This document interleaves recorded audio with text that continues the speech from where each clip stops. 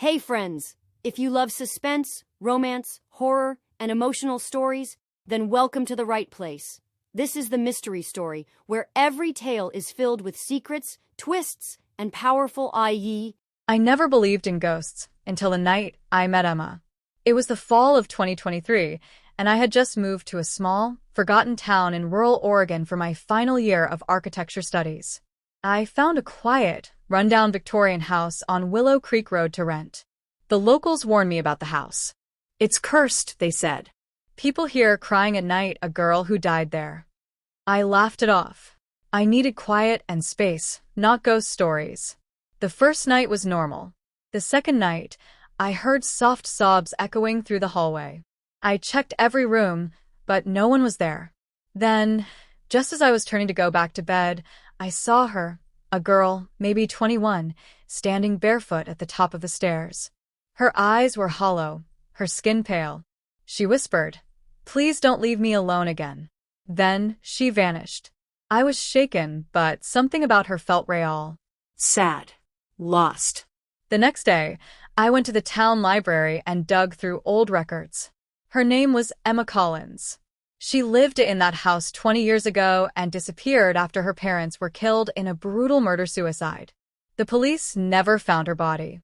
Night after night, Emma appeared. But she didn't scare me. We talked. I learned about her past, her dreams, her love for art. She'd been trapped, not just in the house, but in time and pain. And somehow, I began falling for her. But love with a ghost is never simple. One night, the atmosphere changed. The walls bled. The floor creaked with fury. And I saw him, her father's spirit, angry, monstrous, and twisted by guilt.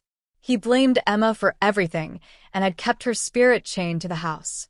I knew then I had to free her. Emma led me to the basement, a place I had always avoided. Under the old floorboards, we found a hidden box.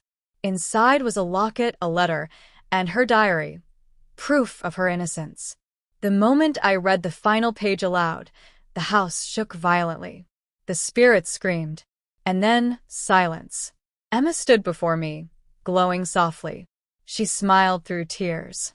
"Thank you. I can rest now." I reached out to her, but she was already fading.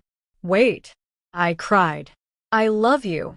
She leaned in, kissed my cheek gently, warm, real, and whispered, "And I'll love you always."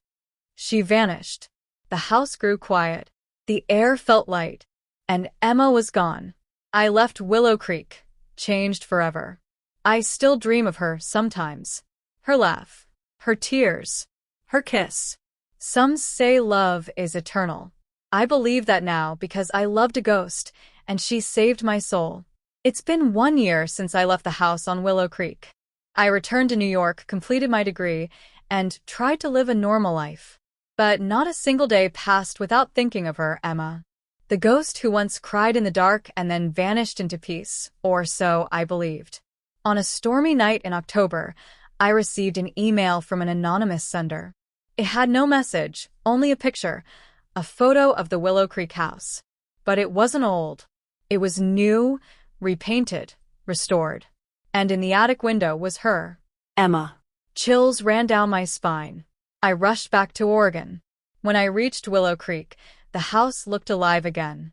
Someone had bought and renovated it, but no one knew who.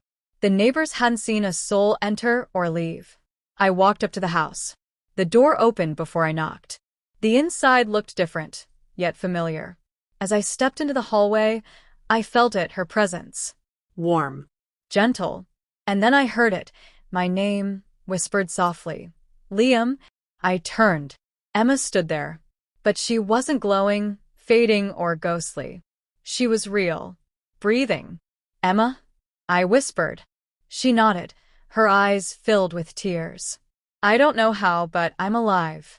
I held her hand. It was warm. Real. Flesh and blood. I couldn't understand it, and neither could she. All she remembered was darkness, then waking up in the forest behind the house. We spent the next days together, like we were never apart. Laughing. Crying. Holding each other. It was everything I had once dreamed. Only now it was real. But happiness, I soon learned, always has a price. One night, I woke to Emma screaming. Her body twisted violently, her eyes turned black. "He never left," she cried. "He's inside me." Her father's spirit hadn't disappeared, it had followed her, clinging like a parasite when she passed between the worlds. I called a priest, a psychic, anyone who would listen, but none could help. The evil was strong, ancient, And it wanted me. I had to make a choice. Emma begged me to end it, to burn the house, and her, before the spirit fully consumed her. "You saved me once," she said. "Now save the world from me." My hands shook as I poured the gasoline. Emma stood in the doorway, smiling softly, a single tear on her cheek. "I love you, Liam. I always will." "I love you too." The house went up in flames, taking Emma with it again. Now, I walk this earth haunted. I see her in dreams, in reflections, in crowds. I feel her kiss in the wind, her whisper in the rain. And some nights, when I close my eyes, I hear a voice say softly, "I'll be back when the world forgets fear."